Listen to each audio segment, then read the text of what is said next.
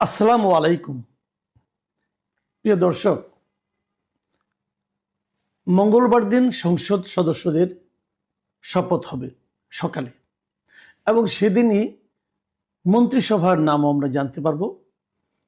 যারা মন্ত্রী হবেন তাদেরও শপথ হবে সেদিন বিকেলেই। তো যাত্রা শুরু হচ্ছে সংসদের, যাত্রা শুরু হচ্ছে নতুন একটা সরকারের, নতুন একটা গণতান্ত্রিক সরকারের, যে সরকারকে আমরা সবাই ভোট দিয়ে নির্বাচিত করেছি। নির্বাচনে কি হয়েছে, কোথায় খুঁটিনাটি কি সমস্যা হয়েছে, কোন বিষয়ে কি অভিযোগ উঠেছে, এগুলো নিয়ে বিস্তর আলোচনা হয়েছে, আগামীতেও হতে থাকবে। কিন্তু পাশাপাশি সংসদ চলতে থাকবে, সরকার চলতে থাকবে। সরকারের এই চলার পথে বিরোধী দল থাকবে, সরকারি দল থাকবে।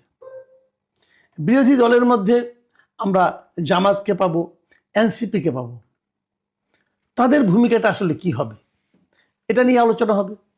কিন্তু আমার যেটা মনে হয় যে এই সংসদ গঠন হওয়ার পর প্রথম যে ঝামেলা যে বিষয়গুলো নিয়ে হবে, আপনারা জানেন এর মধ্যে জুলাই সনদ আছে, গণভোট আছে।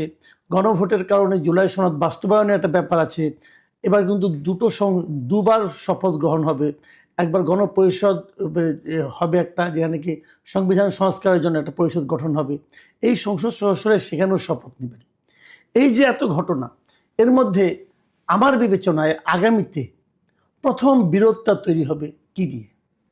প্রথম বিরোধ তৈরি হবে দুটো বিষয় নিয়ে, শুরুতেই একদম। এই দুটো সম্পর্কে আপনাদের একটু আমি বলতে চাই, আমার নিজের অভিমতটাও বলতে চাই। দুটো বিষয় কি? প্রথমত বিষয় হলো উচ্চ কক্ষ গঠন নিয়ে।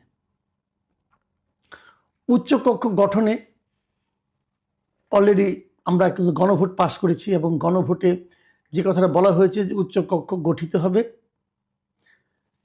রাজনৈতিক দলগুলো যে শতাংশ ভোট পেয়েছে সেই ভোট প্রাপ্তির হিসাব অনুযায়ী।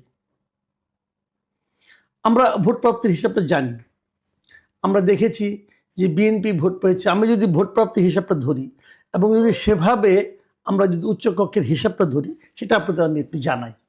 ধরা যাক, আমরা জেনেছি, আজকে জানলাম যে বিএনপি ভোট পেয়েছে 49.97%।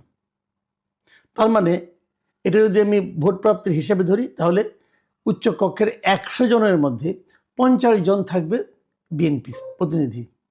এদেরকে বিএনপি প্রতিনিধি হিসাবে নিয়োগ দিবে।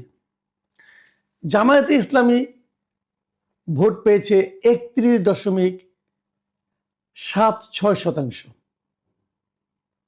এই হিসেবে তাদের ভাগ্যে পড়বে 32 জন উচ্চকক্ষের সদস্য। মানে ওনারা 32 জন ব্যক্তিকে উচ্চকক্ষের সদস্য হিসেবে নিয়োগ দিবেন।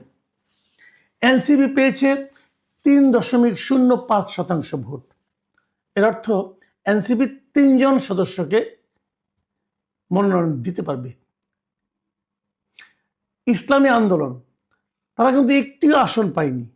ইসলামী আন্দোলন একটি আসন বোধহয় পেয়েছে, রাইট? ইসলামী আন্দোলন একটি আসন পেয়েছে, এবং তারা শতাংশ হিসাবে ভোট পেয়েছে 2.70%। সেই হিসাবে তারাও 3 জন উচ্চকক্ষের সদস্যকে নিয়োগ দেবেন। বাংলাদেশ খেলাফত মজলিস, তারাও পেয়েছে 2.09%। সেই হিসেবে তারা উচ্চকক্ষে সদস্য দিবেন 2 জন।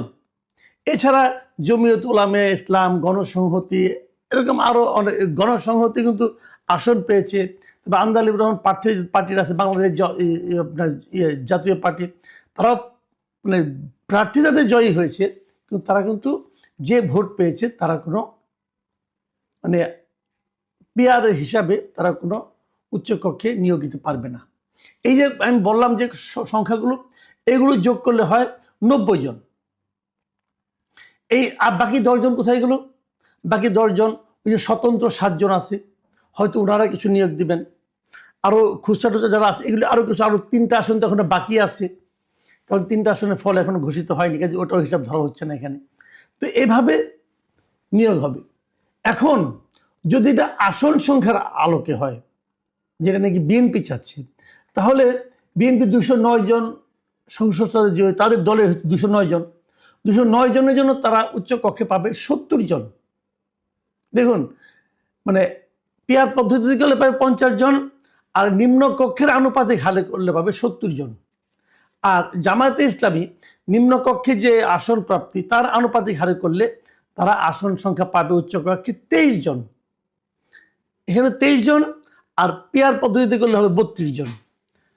আবার এনসিপি কিন্তু উল্টা হয়ে যাবে, কারণ এনসিপি উল্টা হবে না, এনসিপির একই দুরবস্থা হবে। এনসিপি পাবে, যদি তাদের আসন সংখ্যার অনুপাতে হয় তাহলে পাবে 2 জন, আর পেয়ার পদ্ধতি পাবে 3 জন। তাহলে হিসেব দাঁড়ালো কি? এটাই দাঁড়ালো যে পেয়ার পদ্ধতিতে উচ্চকক্ষে নিয়োগের জন্য এনসিপি এবং জামাত বেশ জোরালো আন্দোলন করতে চাইবে, এমনকি খেলাফত আন্দোলনও করতে চাইবে। খেলাফত আন্দোলন তো আসন সংখ্যার অনুপাতে হলে তারা একটাও পাবে না, কিন্তু ভোটার অনুপাতে হলে তারা 3টা পাবে। এই যে মানে আপনার বিরোধটা, এই বিরোধটা আপনি মেটাবেন কিভাবে? এবং এনসিপি এবং জামাতকে ছাড় দেবে না। আরেকটা বিরোধ তৈরি হবে, একদম শুরুতেই হবে। সেটা হলো যে সংসদীয় কমিটিগুলির সভাপতি কি হবে। সংসদীয় কমিটিগুলির সভাপতির জন্য এই যে পদটা, এই পদটার জন্য আগে এই জুলাই সনদে বলা হয়েছিল যে প্রত্যেকটা সংসদীয় যে কমিটি হবে সেই কমিটির সভাপতি হবে একজন বিরোধী দলীয় সদস্য। আর বিএনপি যখন তার ইশতেহার ঘোষণা করেছে, সেখানে বিএনপি প্রস্তাব করেছে এই সংসদীয় দলগুলোর সভাপতি হবে জাতীয় সংসদে প্রাপ্ত আসনের আনুপাতিক হারে। তাই যদি হয় সেক্ষেত্রে কিন্তু অনেক কমে যাবে জামায়াত এবং এনসিপির প্রতিনিধি, যারা নাকি সংসদীয় কমিটির সভাপতি হতে পারবে।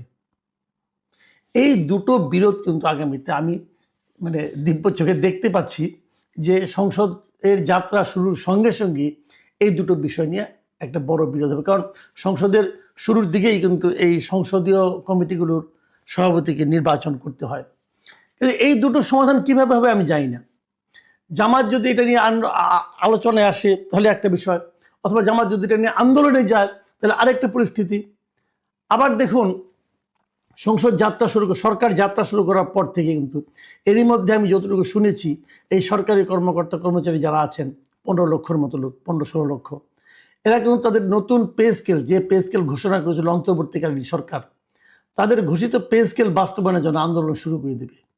সেই আন্দোলনটাই বা এই সরকার, নতুন সরকার কীভাবে হ্যান্ডেল করবে এবং সেটা বাস্তবায়নযোগ্য কিনা সেটা নিয়ে তারা কীভাবে আলোচনা করবে, এটা কিন্তু আরেকটা তাদের বিকট একটা সমস্যার মুখে কিন্তু পড়তে হবে।